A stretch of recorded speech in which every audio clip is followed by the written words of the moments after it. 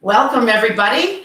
What day is it? It is Wednesday, and we are here for our Wednesday netcast live stream.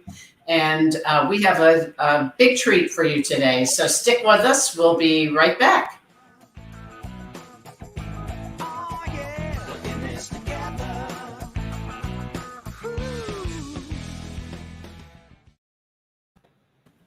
So we have the artist in the house who created that wonderful song, Elliot Lewis. And so those of you who have been paying attention and watching each week, and we play that clip in the beginning and the end, now you know where it all came from. Why we put it in there? We like to have Elliot with us every day. Yeah, we're with online, we can certainly do that now. But just to introduce everybody, we are Dave and Laura Butler of Work Life Consulting, and we customize programs to suit the individual, the team, and organizations to get greater fulfillment in the communication that they have among each other. And to jump right into having Elliot here and why this all happened, I think is an interesting story in ways to be creative and ways to think outside the box and ask for what you want. So 6 years ago now, I think it was, Elliot is the keyboardist as well as some other instruments for Hall & Oates, and has been on just about every episode of Live from Daryl's House, which is our go-to. You know, the other night we were all looking at YouTube and all those shows are up there. But so what happened was Elliot came to Columbus, Ohio with Hall & Oates, where we are. And we went to the show. We had followed El online, Facebook, know that he has his own career outside of Hall & Oates. And a friend of ours said, you know, he grew up in our hometown, my hometown in Connecticut. I said, well, see you, Dave. I'm going over to say hi to El. And so the rest is history. And we shared stories about Norwalk and Connecticut, where we're both from, and coming through Ohio. So you're here quite often. I have been coming here, I think, for 10 years in a row now, something like that. You know, and it started for me so organically. I got invited out here to do, I think, 1 or 2 little shows, and I came out. They went great. I got asked back, which was nice, and came back and did 3 or 4 more, and it kept growing every year. And this state, I've really connected with the state. It's been great. I've met so many great people, and they get my music. They're music lovers here, and it's a big state, so I try to cover a lot of ground. I love it. Yeah. Where was the first place you played? Do you remember? Yeah, it was in Marion, Ohio. Really? Yeah, the guy that first brought me out here lived in Marion, and you know, said, I think I can book you here, and had no prior booking experience, but he kind of took the bull by the horns and went for it, and then it just kept branching out, and now, you know, I'm pretty much all over the state. Yeah, well, that's fantastic. And we're fortunate enough to, when you come through, to have you stay with us. So each one of us is in a different room of our house, which is the beauty of live streaming and being able to pull these shows, so to speak, together. And, you know, when we thought about how we would bring you into this conversation, which, you know, we could talk all day long about any topic, but to be able to, at this point in time, when we're at a major turning point for people. Post-pandemic. Yeah. You know, how do we look at, and what's going to happen in what we see with teams and leaders who are kind of at that crossroads of how do we help people, is people are going to have to kind of be their own ship, if you will, and set the sails where they want to go. And also, you know, how do you inspire creativity? So I think one of the questions I have for you is how does creativity hop into your world? How do you inspire creative thought? Well, that's an interesting question, because sometimes I don't think about where it comes from. It just, you know, it happens. For me as a musician, I mean, I've been playing music for so long, so it's almost like a world of imagination. And you sort of, for me, I just pick up things through my life, and they can be anywhere you look. You can find, I can find something that, you know, is inspiring, and try the discipline is finding something, an idea or a concept or a phrase. I can be talking to somebody I've talked to for a long time, but all of a sudden they'll say a couple of words or a phrase, and it'll hit me, and I've heard it before, but it'll hit me just a certain way, and I'll make a mental note of it, that that could be a song or a phrase for a song, something that we've heard before, but you know, this could be a story. So the creativity can come from anywhere. But of course, you know, I had so many people that were inspired me growing up, and that, you know, sort of unlocks your hidden creativity. Yeah. So many musicians, as you know, we've talked about this, you know, all the people I grew up listening to, that kind of gets the ball rolling, and then it's up to us to sort of take it from there. Yeah, that's why I think in the work that we do with organizations and teams and leadership, especially, we have an exercise we call the role model exercise. You know, identify the role models that you've had, and tell us the story about it. And then inevitably, somebody uses the words that, you know, their values and what it is that they believe. And, you know, it's amazing how a story can help people get to the essence of who they are and what they want. Mm-hmm. And I think coming up on this post-pandemic period, there's going to be people going back into old stories that don't work anymore. Right. So the creativity that they might be able to engender would be a great way of being able to stay fresh and find new opportunities. Yeah, I totally agree. And so what we're looking at is how can you unlock your creativity in order to expand opportunities. But I think what's interesting, what you just said, El, reminded me of what we were talking about last night. And in our business, when we share content, we always have to come up with a compelling headline. Mm-hmm. We'll have people, you know, want to read it, you know, and say, oh yeah, that sounds interesting. And so you were almost helping us by looking at it as lyrics. Yeah. Yeah. So that was so much fun. Yeah, it's a perfect example of how you can switch from the way you do it normally. It's the same. It translates to something else. Yeah.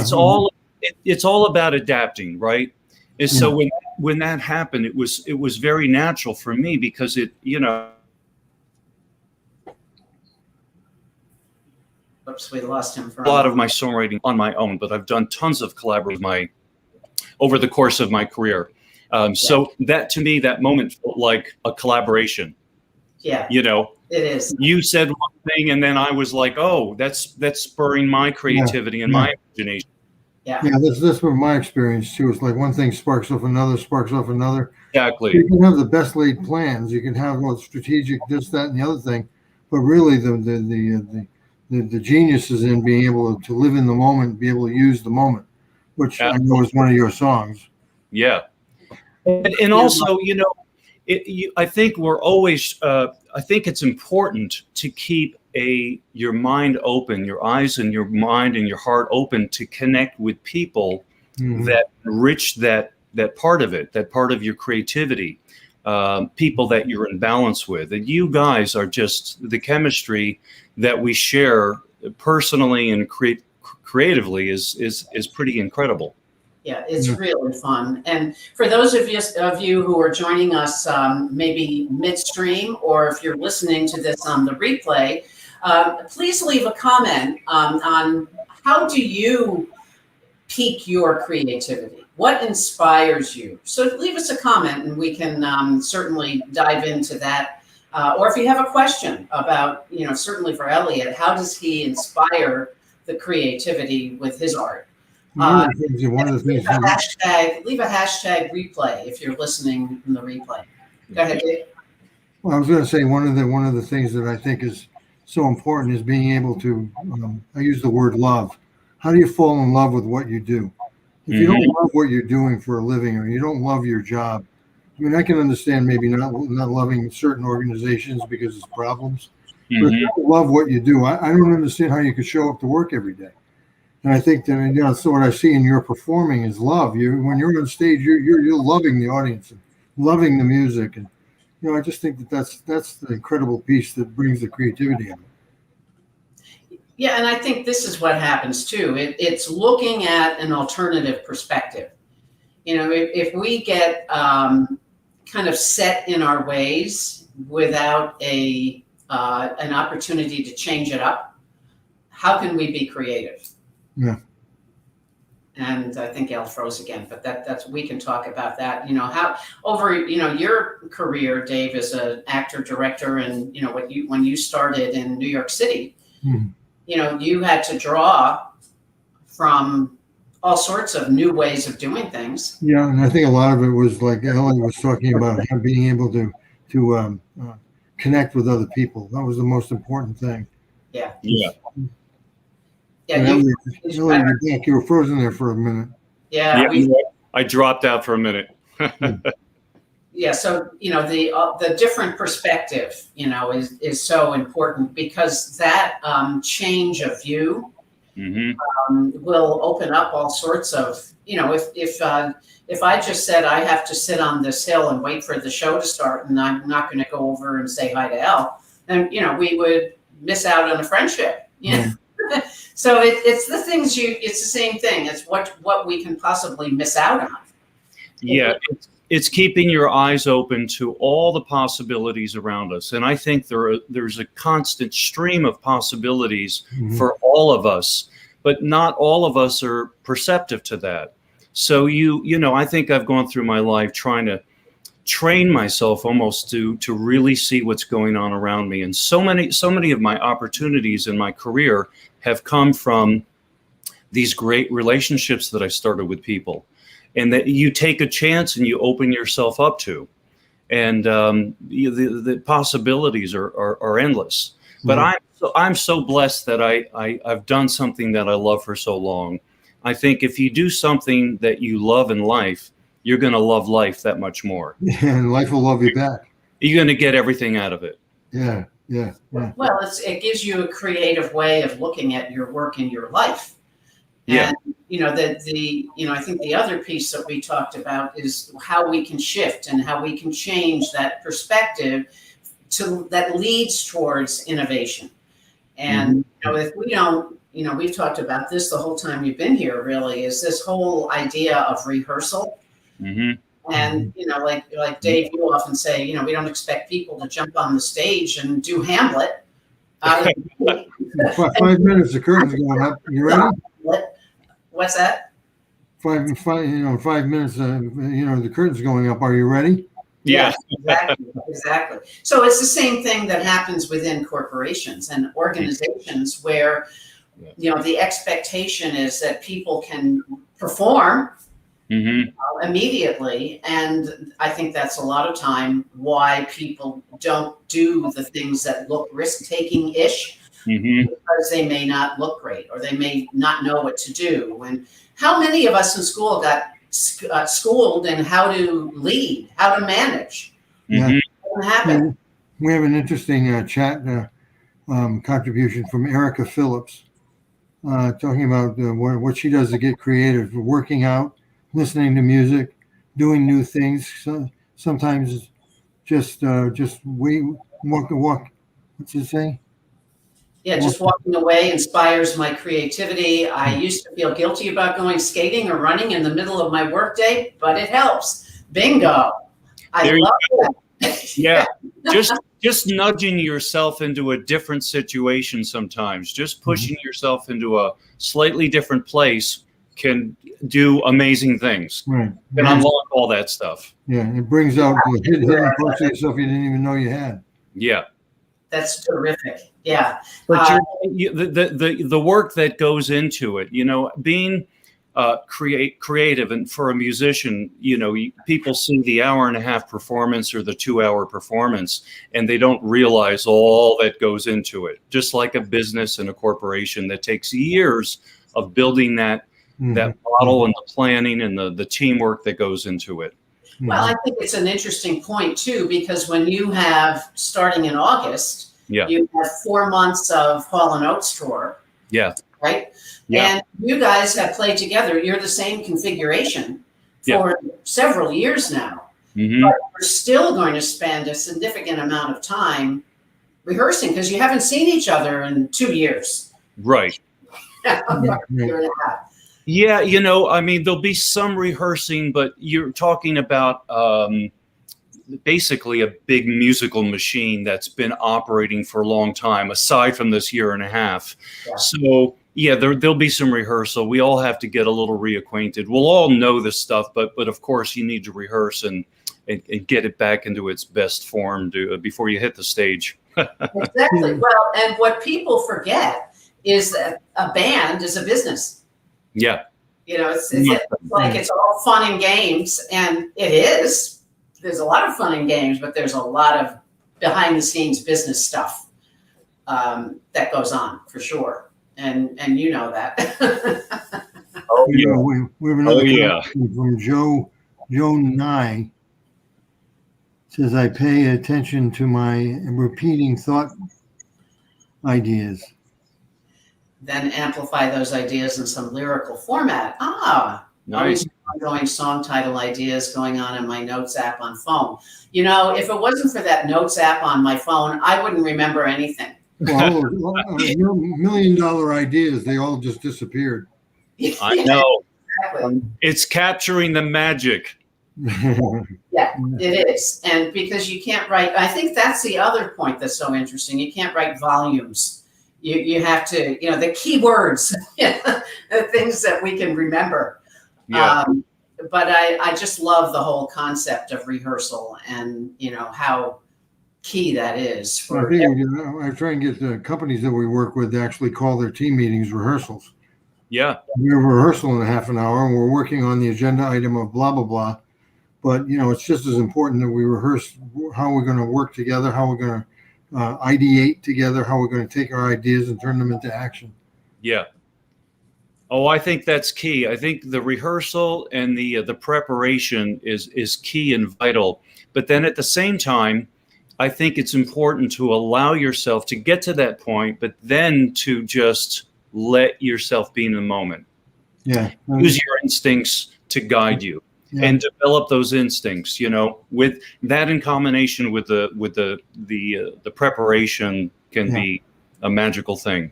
Well, so one of the things we've been talking about lately quite a bit is what's called psychological safety. There's several articles in business magazines about it, and a couple of books out about it. And I think that's one of the things that I always admired about the arts is that when you get in there and you're rehearsing, or whether it's a play or it's music or anything else, you have to be able to feel safe enough to be able to make a mistake. Yes. If you're under the gun to be perfect, the creativity leaves. It's like creativity doesn't like perfection. Mm-hmm. Creativity likes mess, Well, the only way you learn and grow is from your mistakes. When you encounter a failure, you have to acknowledge it and go, that did not work. Mm-hmm. Let me try something else. Let me develop another way of doing it. Yeah, exactly. So I have on the bottom of our page here, Elle's website, and that on that website, you can go to shows and see what's coming up. So those of you who are local throughout Ohio, where are you gonna be? What's the plan coming up? Yeah, so I have 4 more shows I'm finishing up here. I'll be in Delaware tomorrow night, then Mansfield on Friday, Findlay on Saturday, and then back here in Columbus on Sunday. Yeah. And then I'll be heading home and heading for Hall and Oates. Yeah. So there won't be a lot of downtime, but we've had a few days here, which is just terrific. So any closing thoughts, Elle, that you have on, if anything that you'd like to share on this topic or your music or anything? Well, one thing strikes me, and sometimes people ask me about, the story of how it all unfolded, and for people that are creative and want to, make a career out of it and have all those opportunities. For me, I realized when I was a kid that you see the top of the mountain, and sometimes for people, it just seems way too overwhelming. I can never reach that point. So for me, I try to, okay, where's the first step on that mountain I can get to, I can climb to, and keep climbing those steps until you get to that top of the mountain. We never really get to the top of the mountain, but we keep climbing. And so you take realistic goals and you keep moving forward. Yeah, and I think that's another great comment from people could leave. You know, what does the mountain look like? What's your mountain? Yeah, we all have different mountains we're trying to climb. Exactly. And I think that those of us who may be on the perfectionistic side will not, attempt that mountain until they have the perfect shoes and the best walking steps, a stick, and the right clothes, and the weather's got to be just right. And then there are those of us who just, what happens, happens. Pack a bag and see what happens. You just start walking. Yeah. Exactly. Trail mix and I'm good to go. But we're all different, which is the beauty of the work that we do, in terms of trying to help people see the beauty of diversity and the opportunities. For anybody who would love to get more into this topic, coaching calls through our website. You can access it right on worklifeonline.com. We have another chat contribution. Comment. Let's see. We have it's Joanne Lundy, Elle. So Joanne is joining us, and just wanted to say hello and can't wait to see you and hear you and wonderful songs again. Thank you, Joanne, for joining us today, and maybe we'll see you at a show. So terrific. Yeah, I love the engagement. And for those of you who are listening to the recording, please enjoy.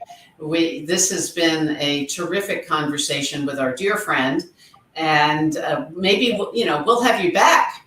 Yeah, absolutely. You don't even have to be here. We can have another meeting. Yeah. I love you guys as friends, and I'm in awe of your talents and everything that you've created, really. Thank you. So now we get to end with another piece of your music, right? Yeah, let's hear it. Let's hear the close. Thanks, Al.